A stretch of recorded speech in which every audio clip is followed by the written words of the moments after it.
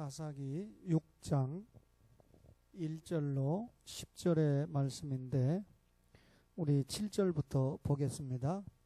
사사기 6장 7절부터 10절을 뜻을 생각하면서 교독합시다. 이스라엘 자손이 미디안으로 말미암아 여호와께 부르짖었으므로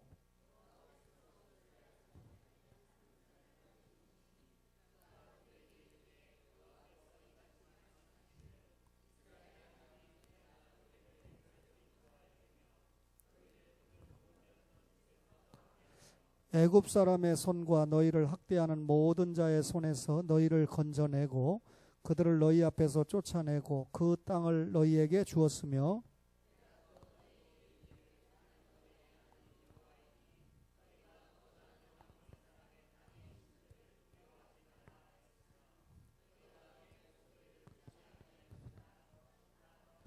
아멘.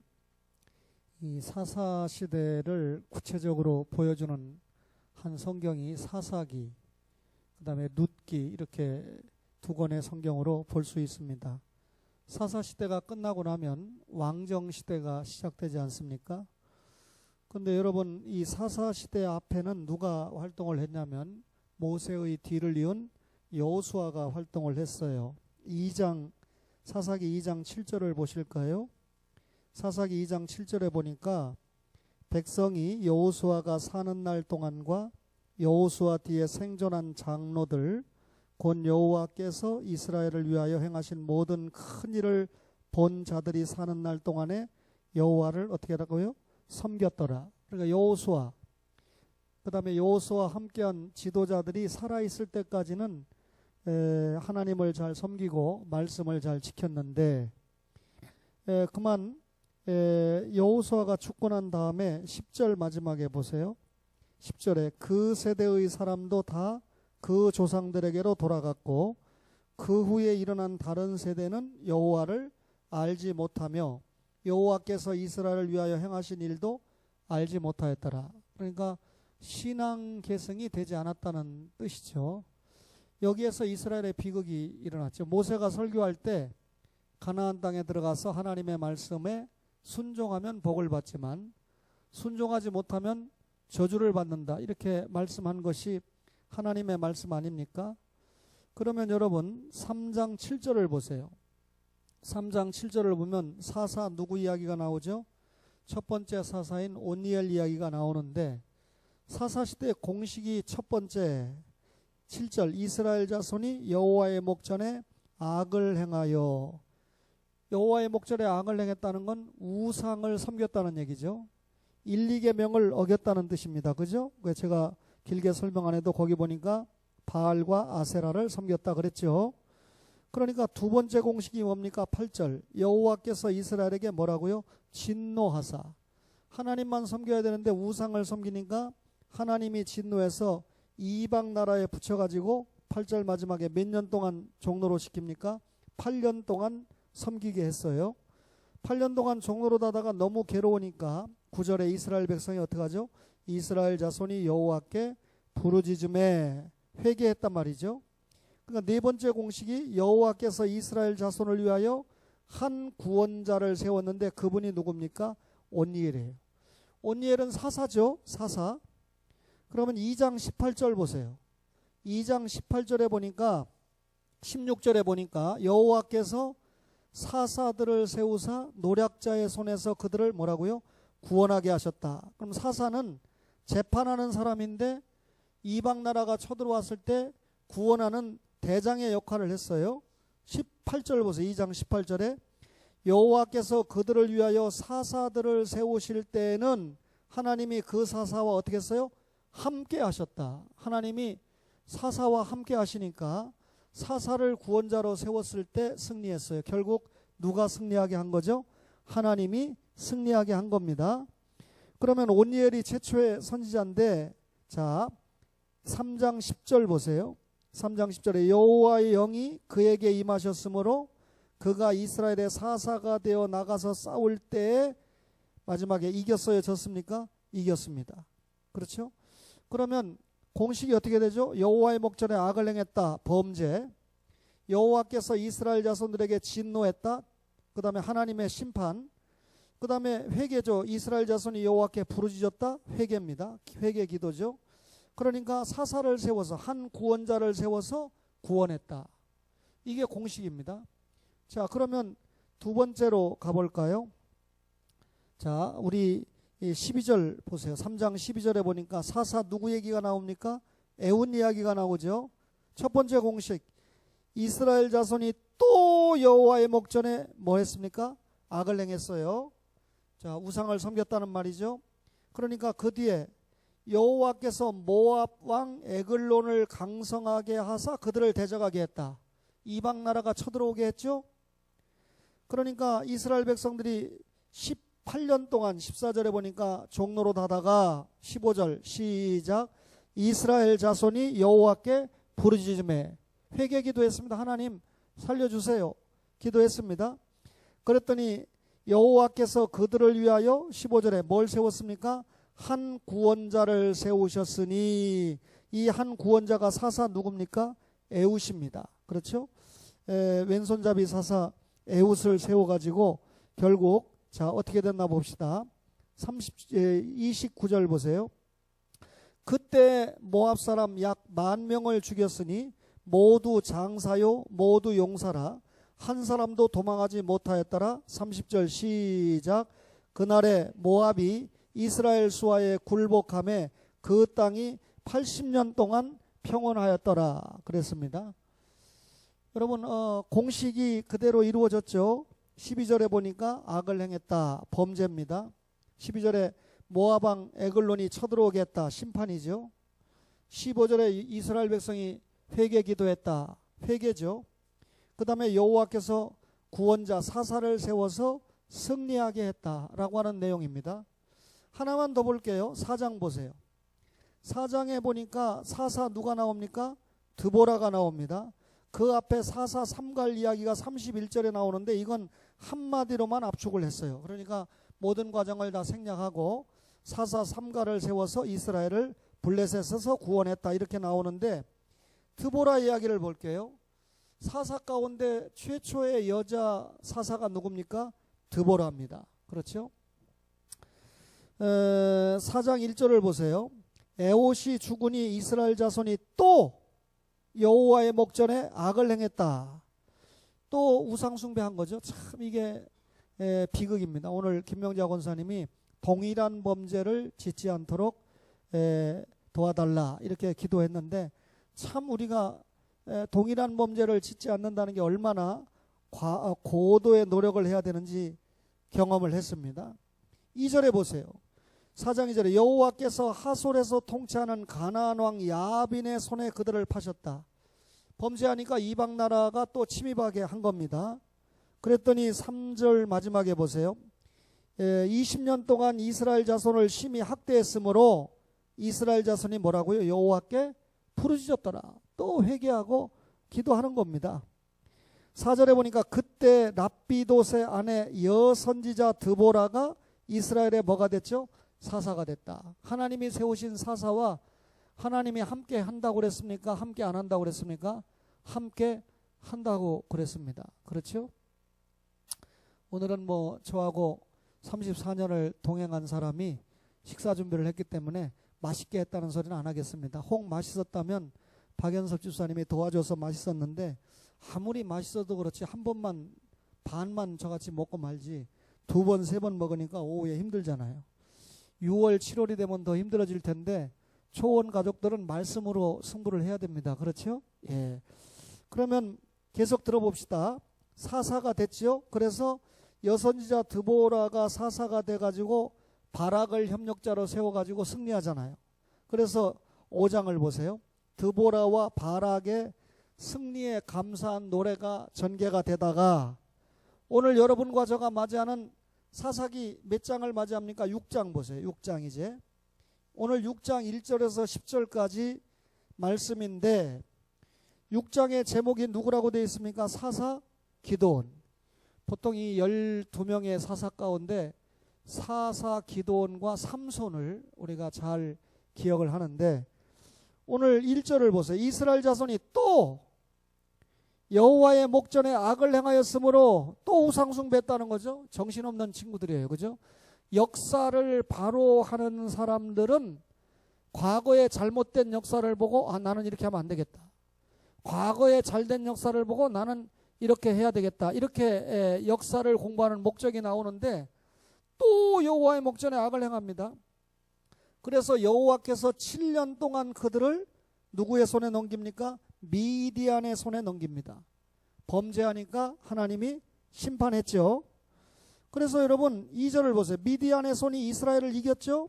이스라엘 자손이 미디안 때문에 산에다가 웅덩이, 굴, 산성을 자기들을 위해서 만들었죠.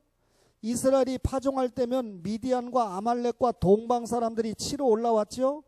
진을 치고 가사에 이르도록 토지 소산을 멸하여 이스라엘 가운데 먹을 것을 남겨두지 아니합니다. 그러니까 양이나 소나 나귀도 남기지 않습니다. 이는 그들이 그들의 짐승과 장막을 가지고 올라와 메뚜기 떼같이 많이 들어오니 그 사람과 낙타가 무수함이라. 그들이 그 땅에 들어와 멸하려 하니 이스라엘이 미디안 때문에 어떡합니까? 궁핍함이 심한지라.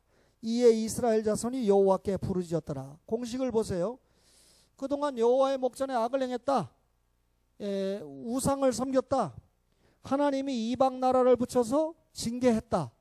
근데 징계의 내용이 기드온 이 스토리에서는 아주 구체적으로 나옵니다. 그죠?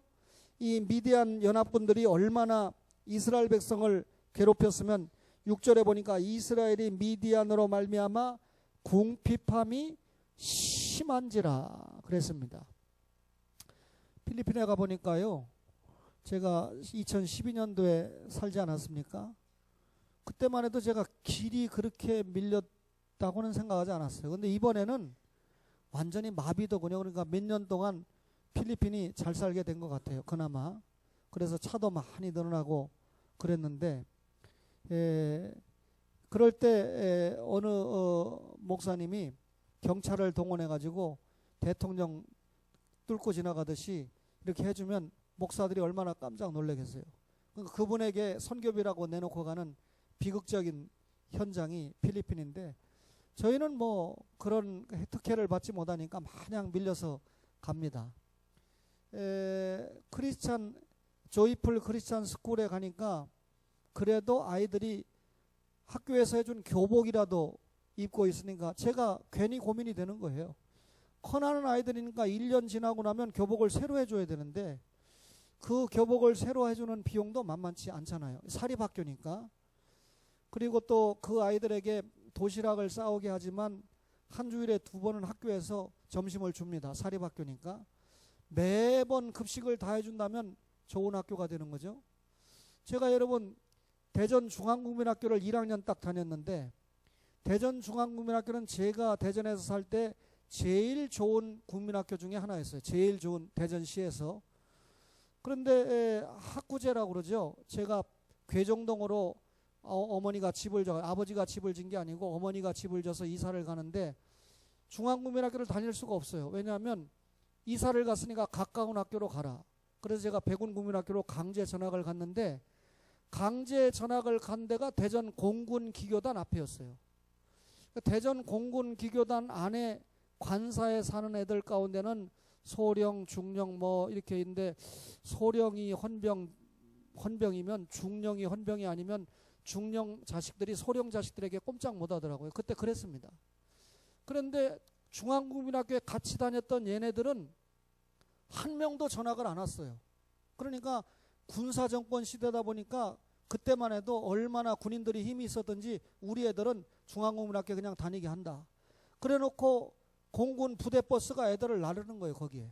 근데 저는 전학 오기 전까지 저희 아버지 자전거에 실려가지고 앞에 이렇게 실려서 한 달 정도 다니다가 결국은 버티지 못하고 백이 없고 줄도 없어서 전학을 왔는데, 용서하세요, 그 중에 남준우라고 하는 아이가 전학을 왔어요. 그러니까 그 아이는 그 아버지가 정신이 된 사람이죠.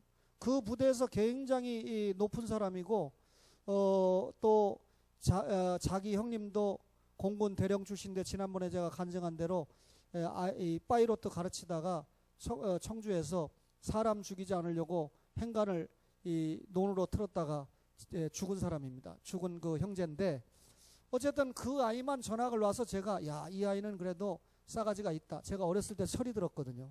다 이 빽 있는 애들은 전학도 안 오는데 야만 전학이 오는구나. 그래서 초등학교 다니는 기간 내내 이 친구랑 친하게 지내고, 심오석이라고 하는 친구랑 월남에 가서 전사한 친구입니다. 그 아버지가 월남에서 전사한, 공군 국립묘지에 가니까 하여튼 해병 군번인데 제가 정확하게 기억은 못하는데 하여튼 4번이에요. 그러니까 우리나라 무슨 해병된 지 해군 창설된 다음에 이분이 군인으로서 4번째 입대한 사람이라는 의미로 제가 해석을 들었는데, 하여튼 월남에 가서 전사하셨어요. 이 두 친구랑 가장 친하게 지내면서 전도를 했는데, 아까 말한 공군 그 친구는 아직도 예수 안 믿어요. 그러니까 저랑 친할 수가 없죠. 제가 목사가 됐는데. 근데 다른 월남에 가서 전사했다는 그 아들 친구는 대전 배군 성결교회 장로가 됐기 때문에 요즘 그 장로님이 돼서 얼마나 은혜 생활하는지, 이 친구가 장로가 되기 전에는 저를 별로로 생각했는데, 장로가 되고 나서 제 책도 보고 교제를 하면서 굉장히 저를 사랑하고 아끼고 존경합니다. 거기까지만 얘기해야지. 졸지 말라고 딴 얘기한 거예요. 그러면 궁핍하기 심했습니다. 그래서 이스라엘 자손이 6장 6절에 보니까 여호와께 부르짖었더라 그랬잖아요. 그러니까 7절에 이스라엘 자손이 미디안으로 말미암아 여호와께 부르짖었으므로 기도했죠. 회개 기도했죠. 8절 여호와께서 이스라엘 자손에게 한 선지자를 보내셨다. 지금까지 무슨 차이가 있나요? 설교를 들어본 분들 가운데 한번 답을 해보죠. 지금까지 범죄하면, 하나님이 심판하면, 그죠? 예속을 시키면, 회개 기도를 하면 누구를 세웠죠? 사사를 시켜서 구원시켰는데, 여기는 엉뚱하게 누구를 보냈습니까? 선지자를 보냈다. 사사를 세운 게 아니라 선지자를 보냈다. 선지자는 뭐 하는 사람이죠? 하나님의 말씀 전하는 사람입니다. 8절 보세요. 한 선지자를 보내시니 그가 그들에게 이르되, 이스라엘 자손들에게 이르되 뭐라고 합니까? 여호와께서 이같이 말씀하시기를. 선지자는 자기 말하는 거 아닙니다. 하나님의 말씀 전하는 게 선지자죠. 이스라엘의 하나님, 내가 너희를 애굽에서 인도하여 내며 너희를 그 종되었던 집에서 나오게 하여, 자, 인도했습니다. 나오게 했습니다. 애굽 사람의 손과 너희를 학대하는 모든 자의 손에서 너희를 건져냈다. 여러분, 인도했다, 나오게 했다, 건져냈다. 한마디로 말하면 애굽에서 구원했다, 출애굽했다. 그러면 제가 여러분에게 길게 설명을 드리지 않아도 이스라엘 백성이 애굽에서 나온 것은 역사적인 사건인과 동시에 영적으로 하나님께서 무엇을 우리에게 주고자 하는 거죠? 이스라엘 백성이 애굽에서 나올 때 문설주 좌우 인방에 양의 피가 발리온 집만 하나님의 심판이 넘어갔죠. 애굽은 장자가 다 죽었지만 피를 안 발랐으니까 피를 밟는 이스라엘 백성은 하나님의 심판이 넘어가서 장자가 죽지 않고 초태생이 죽지 않고 애굽을 다 나왔습니다. 그러면 그 피가 뭘 상징하는 거죠? 예수 그리스도께서 십자가에서 흘리시는 대속의 보혈을 의미하는 거 아닙니까? 그러면 이스라엘 백성이 애굽에서 나왔다라고 하는 말은 무슨 말이죠? 예수 믿고 구원받았다, 그 말이죠. 그래서 출애굽 사건이 구약에서 대단히 중요한 거고, 그 사건을 기점으로 구약이 형성된 겁니다. 그러면 여러분, 선지자가 지금 뭘 얘기한 겁니까? 하나님이 너희를 애굽에서 구원시켰다, 이 말 한 거잖아요. 두 번째로 봅시다. 9절에 보니까 건져내고, 그 다음에 그들을 너희 앞에서 쫓아내고 그 땅을 너희에게 주었으며 그랬습니다. 자, 이스라엘 백성을 애굽에서 나오게 했어요. 광야 40년을 통과하고 난 다음에 젖과 꿀이 오르는 가나안 땅에 들어가게 했죠. 가나안 땅에 7 원주민이 있었습니다. 그들을 쫓아내고 하나님이 아브라함과 이삭과 야곱에게 주기로 한 그 땅을 하나님이 기업으로 주셨습니다. 그러면 애굽에서 나온 건 구원입니다. 그리고 가나안 땅에 들어간 건 뭡니까? 여러분, 40년 동안 광야에서 인도했다는 뜻이고, 그 다음에 가나안 땅에 들어가게 했다는 건 하나님이 약속을 지키고 축복하셨다는 것 아닙니까? 그러면 구원의 축복, 인도의 축복, 그 다음에 기업을 얻은 축복을 저들이 하나님이 주셨다는 것을 선지자를 통해서 상기한 겁니다. 그 다음 보겠습니다. 자, 10절 마지막에 10절에 내가 또 너희에게 이르기를 나는 너희의 하나님 여호와니. 왜 이스라엘 백성에게 너희의 하나님이라고 합니까? 언약 관계를 얘기하는 거죠. 하나님과 이스라엘 백성 사이에, 다시 기억합니다. 하나님 나라를 이야기하는 게 성경인데 하나님 나라를 이루어가는 방법이 뭐냐고요? 언약입니다. 하나님과 이스라엘 백성 사이에 언약이잖아요. 그래서 너희 하나님 여호와이니 너희가 거주하는 아모리 사람의 땅, 가나안에는 7족속이 살고 있는데 그 중에 가장 강한 족속이 아모리 족속이고 가장 약한 족속이 기르가스 족속입니다. 그래서 가나안을 대표할 때는 아모리 족속, 외국 사람들이 한국을 대표할 때 그냥 코리아라고도 하지만 서울이라고도 해버립니다. 서울 그러면 그냥 한국입니다. 그런 식으로 아모리 사람의 땅의 신들을 두려워하지 말라 하였으나 너희가 내 목소리를 듣지 아니하였느니라 하셨다 하니라. 결국 선지자를 보내가지고 범죄한 이스라엘 백성에게 뭘 상기시킵니까? 너희가 하나님이 허락하신 구원의 은혜를 망각했다.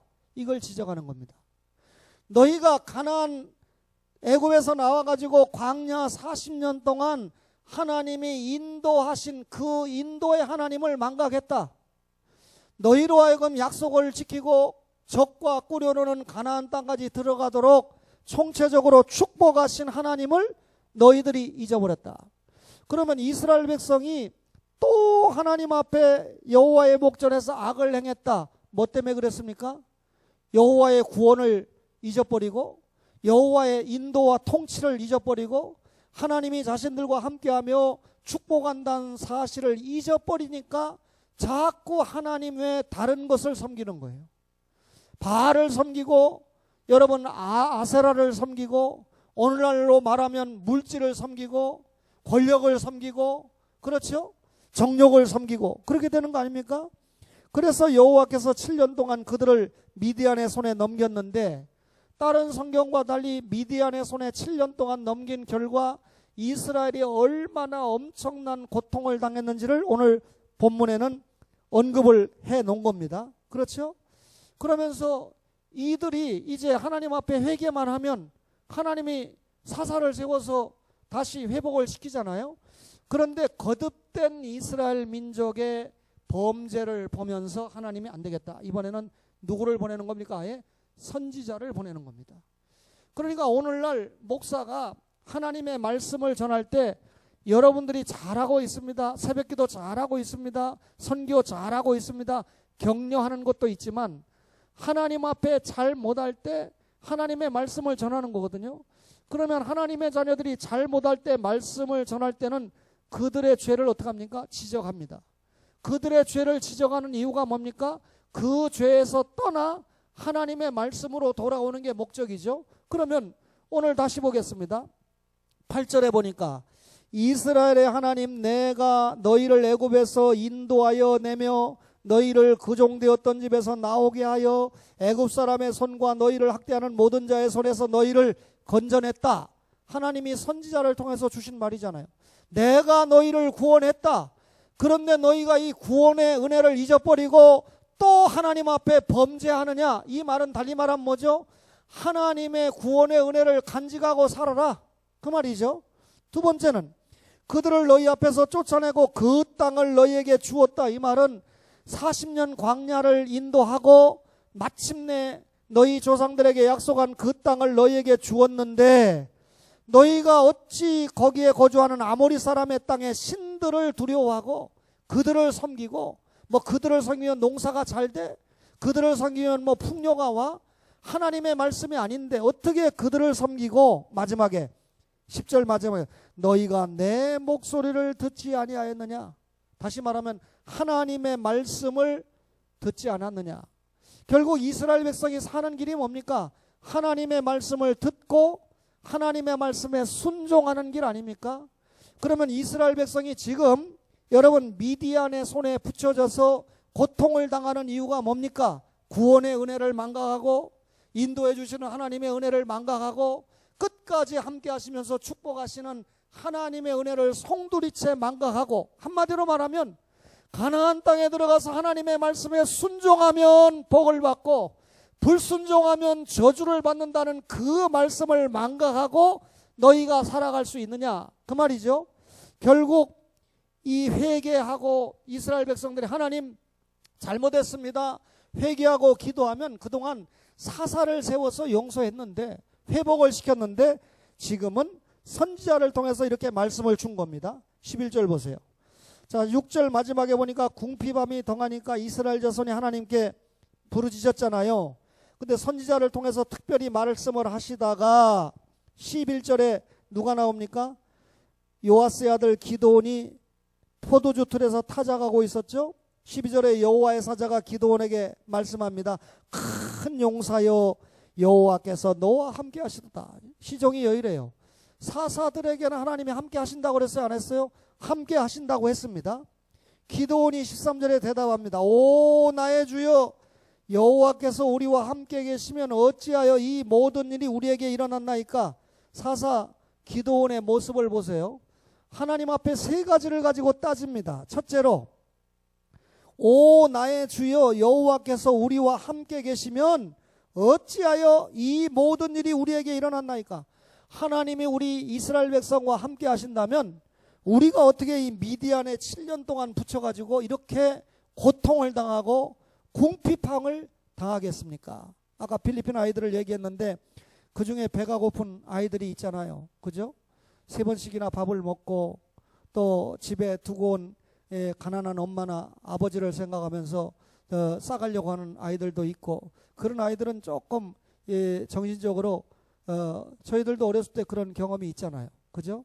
잔치집에, 동네 잔치집에 할머니가 초대를 받으면 집에 초대를 받지 못한 손자, 아들, 딸 다 굶고 있으니까 어떻게 해서 싸가려고 하는, 과거에는 가난하니까 그랬다고 하지만 요즘은 그러면 안 되죠.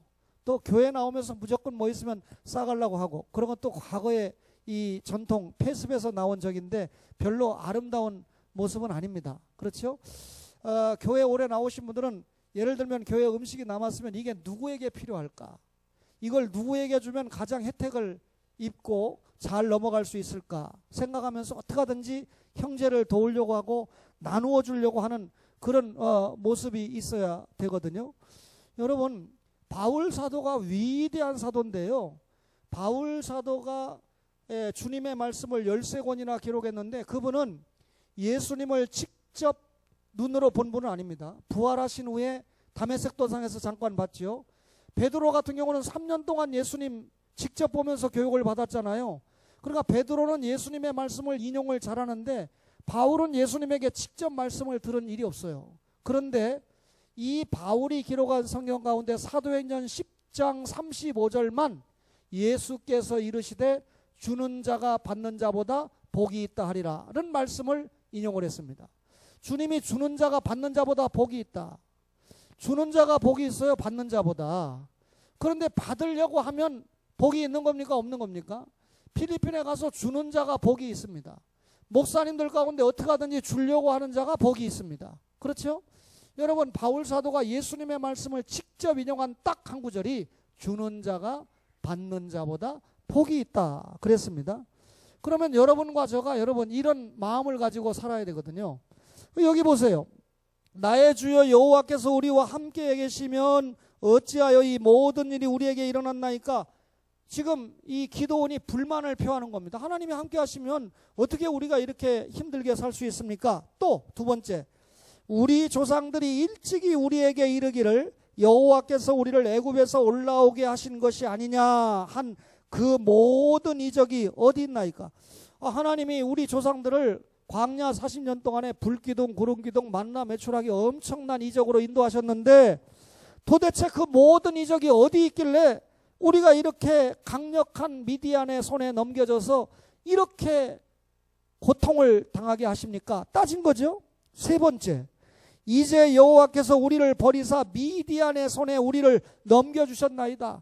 하나님이 결국 우리를 버린 거 아닙니까? 여기까지 와서 버린 거 아닙니까? 이 말 끝에는 진작에 버리지 왜 여기까지 우리를 데리고 와서 이렇게 고통을 줍니까? 하고 기드온이 따지는 거예요. 그런데 14절에 이 괘씸한 놈아, 하나님이 그렇게 말씀 안 하고 여호와께서 그를 향하여 이르시되 너는 가서 너의 힘으로 이스라엘을 미디안의 손에서 구원하라. 내가 너를 보낸 것이 아니냐. 사사 기드온이 불만을 하든지 말든지 하나님은 그를 부른 목적대로 너 가라. 네가 이스라엘을 구원하는 사사로 사용을 받아라. 그러니까 15절에 기드온이 또 뭐라고, 주여 내가 무엇으로 이스라엘을 구원하리까? 자기 자신을 보니까 여러분 이 기드온이 어떻게 했습니까? 저들이 두려워가지고 포도주 틀에 숨어가지고, 그죠? 숨어가지고 이 타작을 하는 그런 쏘인배 아닙니까? 나의 집은 므낫세 중에 극히 약하고 나는 내 아버지 집에서 가장 작은 자니이다. 나는 별 볼 일 없는 사람입니다. 어떻게 나 같은 사람이 사사가 돼서 이스라엘을 구원하는 지도자가 될 수 있단 말입니까? 16절에 하나님이 뭐랍니까? 내가 반드시 너와 함께하리니 네가 미디안 사람 치기를 한 사람을 치듯 하리라. 미디안이 강력한 군대지만 이 미디안 군대를 한 사람을 물리치는 것처럼 네가 물리칠 수 있다. 이유는 내가 너와 함께하기 때문이다. 기드온이 대답합니다. 만일 내가 주께 은혜를 얻어 싸우면 나와 말씀하신 이가 주 되시는 표징을 내게 보이소서. 주님이, 능력이 많으신 주님이 나에게 명령한 그분이 하나님 자신이라는 표징을 좀 주세요. 18절에 내가 예물을 가지고 다시 주께로 와서 그것을 주 앞에 드리기까지 이곳을 떠나지 마시기를 원하나이다 하니 그가 이르되 내가 너 돌아올 때까지 머무르리라. 그러니까 이 사사 기드온이 예물을 가지고 와서 주님 앞에 드릴 때까지, 거기에서 이제 그 뒤에 보면 표징이 나타나죠.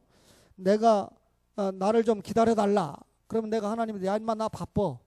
네가 뭔데 내가 너를 기다리냐? 네가 날 기다려야 돼. 이게 아니고 주님이 뭐라 합니까? 그가 이르되 내가 너 돌아올 때까지 머무르리라.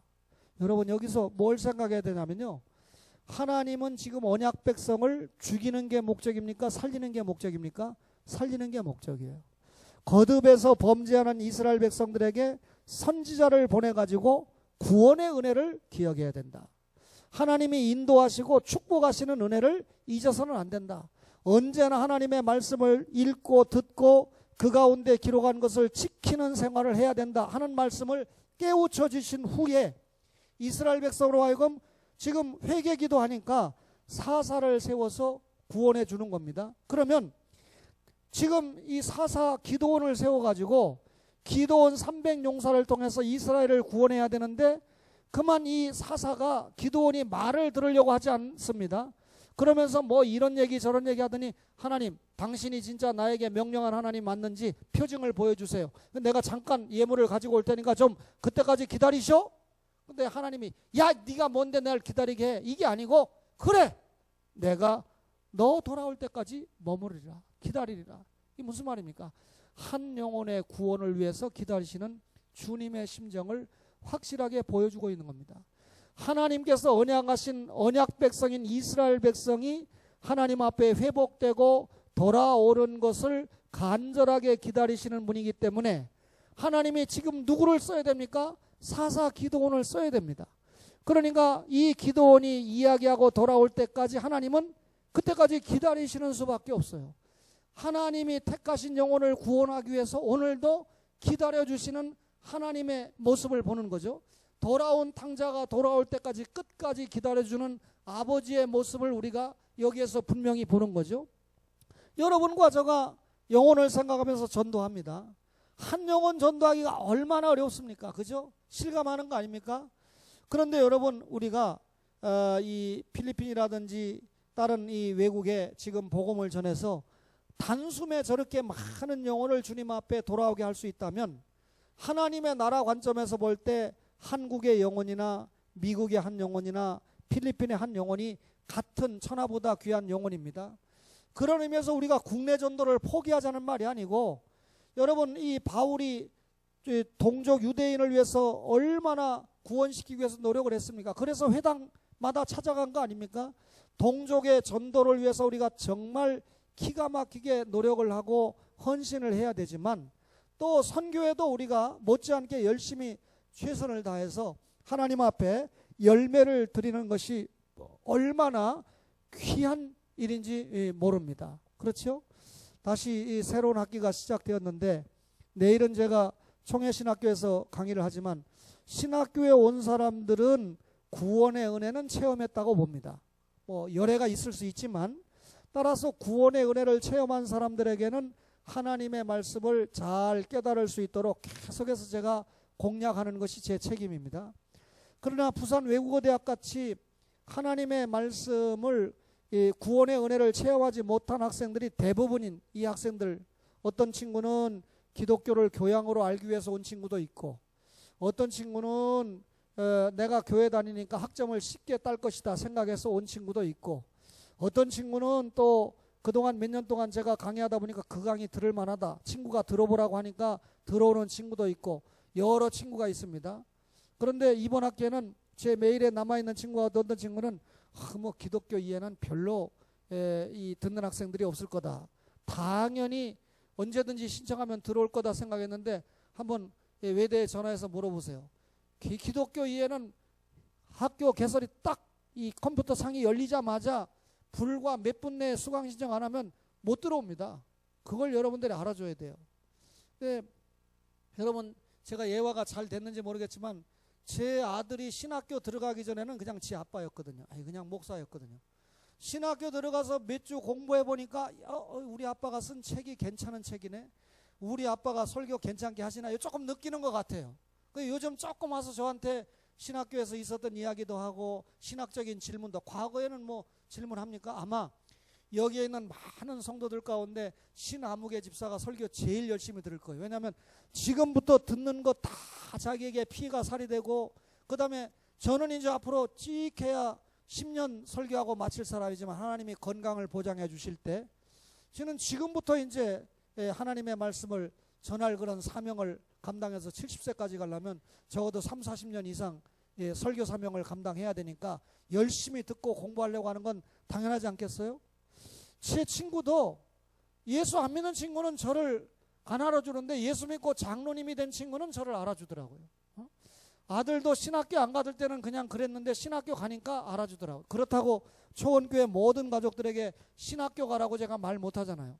신학교 가서 목사 될 사람은 또 목사하는 거고, 또 여러분 집사가 되고 권사가 되고 안수집사가 되고 장로님이 돼서 주의 일을 감당하는 분들은 또 그 사명을 감당해야 되는 거 아니겠습니까? 오늘 한 선지자를 보냈다. 거듭에서 범죄하는 이스라엘 백성들에게 뭘 촉구하는 겁니까?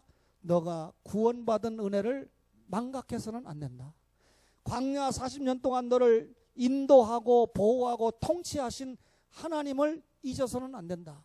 그리고 반드시 언약 백성에게 약속을 지켜내시는 그 언약의 하나님을 잊어서는 안 된다. 결과적으로 마지막에 내 목소리를 듣지 아니었다.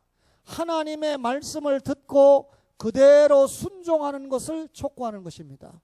계속해서 목사를 세워서 새벽에도 낮에도 밤에도 하나님의 말씀이 들려집니다. 이 하나님의 말씀이 귓전을 때리고 넘어가는 것이 아니라 이 하나님의 말씀을 통해서, 오늘 오전의 말씀 창세기 5장의 말씀을 통해서 하나님과 함께한 에녹을 통해서 우리가 어떻게 하는 것이 하나님과 함께하는 생활인가를 깨닫게 하고, 오늘 오후의 설교를 통해서 한 선지자를 보내셨다. 사사시대 때 어떤 배경 속에서 하나님이 선지자를 보냈는데 그 선지자가 와서 하나님께서 주신 말씀을 전한 요지가 뭐였느냐? 동일하게 오늘 여러분과 저에게 구원의 은혜를 기억하고 살아라. 하나님이 인도하시고 지금까지 통치하시는 섭리를 기억하고 살아라. 마침내 우리와 약속하신 모든 것을 이루시는 하나님을 믿고 하나님의 말씀에 순종하는 삶을 살아라 라고 촉구하는 겁니다. 그리고 이렇게 촉구한 다음에 회개한 이스라엘 백성들을 사사 기도원을 통해서 구원해 주시는 겁니다. 사랑하는 초원의 가족 여러분, 여러분과 제가 이런 말씀을 통해서 범사에 감사해야 되죠. 구원에 감사하고 인도와 통치와 축복의 은혜에 감사하면서 거듭해서 하나님의 말씀으로 잘못된 죄악을 수술받고 하나님의 말씀 안에서 성령의 인도를 받아 정말 하나님을 기쁘시게 하고 그 하나님을 영화롭게 하는 그런 믿음 생활을 통해서 오늘도 내일도 한 주간도 승리하는 그런 초원의 가족들이 되시기를 주님의 이름으로 간절히 축원합니다.